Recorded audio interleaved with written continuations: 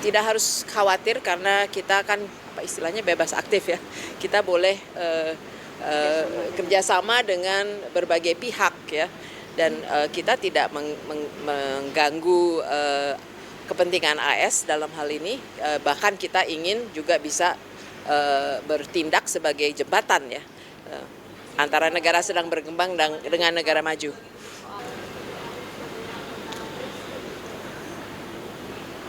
Ya, itu kan memang sudah diputuskan di waktu awal-awal Presiden Prabowo menjadi presiden. Saya rasa dari segi melakukan pengimbangan ya dari forum-forum yang kita menjadi anggota, BRICS itu menjadi salah satu pengimbang bahwa ada kelompok negara sedang berkembang, tapi kita juga menjadi anggota di kelompok-kelompok yang ada negara maju, negara sedang berkembang. Jadi mungkin bisa dilihat positifnya kalau ada isu-isu yang terkait dengan negara sedang berkembang, kita punya kelompok yang bisa memperjuangkan baik di BRICS-nya maupun di forum-forum lain, forum-forum multilateral yang lain. Itu pertama. Kedua, kita bisa juga menjadi jembatan ya antara kepentingan negara sedang berkembang dan isu-isu yang berkembang di multilateral yang kita anggap ini harus diperjuangkan sebagai kelompok negara sedang berkembang. Jadi kita bisa bermain di situ. Dan ketiga, kita masih harus pelajari ini BRICS kan apakah sih yang sedang mereka inginkan ya, misalnya menggunakan currency di luar dolar, menggunakan transaction apa yang disebut SWIFT di luar sistem yang ada. Nah, apakah itu positif atau negatif buat kita harus pelajari. Dan mereka juga punya bank ya, namanya New Bank. Nah, ini apakah ini akan berkembang menjadi bank yang bisa memberi dana kepada pembiayaan pembangunan. Ini hal-hal yang harus kita pelajari dari segi manfaat lainnya.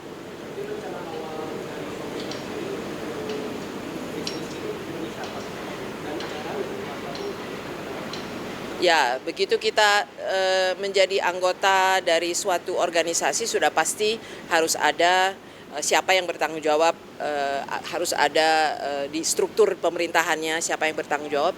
Dari segi anggaran ya kita kalau BRICS ini belum ada keharusan ya untuk memberi iuran misalnya ya, tapi suatu hari mungkin saja ya. Nah, ini masih harus hal-hal yang kita pelajari. Tapi dari segi internal pemerintah organisasi pasti harus ada lead-nya. Apakah itu Kemenlu, apakah itu biasanya sih kombinasi antara Kemenlu dan dalam hal ini mungkin Kementerian Keuangan dan Kementerian Koordinator Ekonomi. Ya. Kenapa?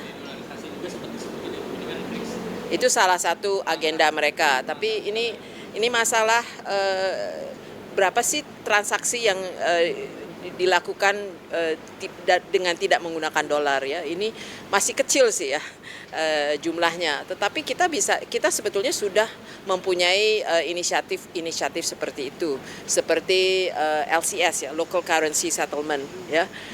Dan juga misalnya kita mau berdagang dengan Tiongkok, kita nggak usah dari rupiah ke dolar baru ke yuan. Kita sebetulnya sekarang udah bisa dari rupiah ke yuan.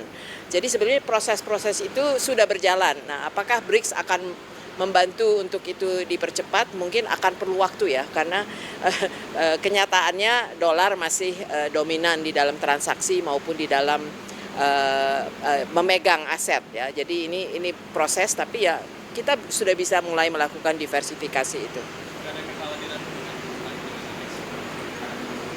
Tidak harus khawatir karena kita kan istilahnya bebas aktif ya.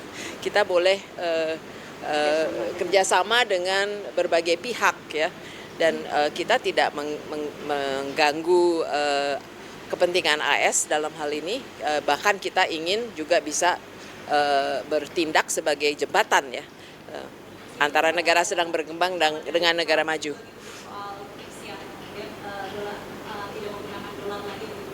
Kenapa? Ada ancaman dari Presiden Trump juga untuk ada sanksi soal perdagangan dan lain sebagainya kalau nggak pakai dolar.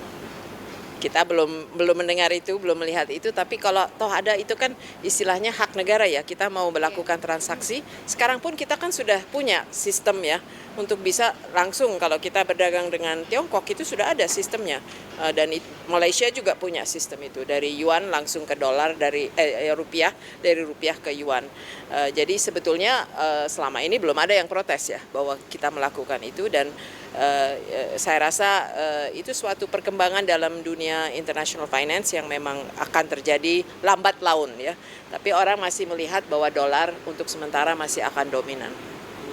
Soal harga 12% waktu itu Dewan Ekonomi Nasional itu sempat sepakat untuk menerapkan PPN 12% semua barang. Dan apapun usulan PPN 12% itu untuk ayat barang mewah itu usulan dari Dewan Ekonomi.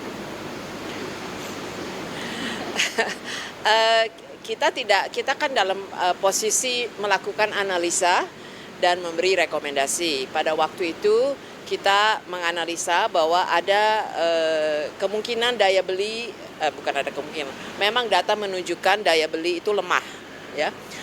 Dan kita mengkhawatirkan bahwa itu akan memperlambat pertumbuhan. Dengan demikian kita sebetulnya mengusulkan dua hal ya. Perlu ada stimulus terutama untuk kelas menengah, jaga juga kelas menengah ke bawah, tapi kelas menengah, aspiring middle class dan middle class itu dari segala macam analisa dan data memang daya belinya melemah. Jadi stimulusnya tidak bisa hanya bantuan tunai langsung, tapi juga untuk middle class. Maka itu salah satu usul adalah mengenai diskon listrik 50%, ya itu karena itu targetnya adalah middle class. Jadi kita sebenarnya mengusulkan stimulus dan untuk mempertimbangkan bagaimana nanti kalau terjadi kenaikan PPN itu bisa mempengaruhi daya beli. Ya. Kita cuma dalam posisi seperti itu. Oke, cukup ya.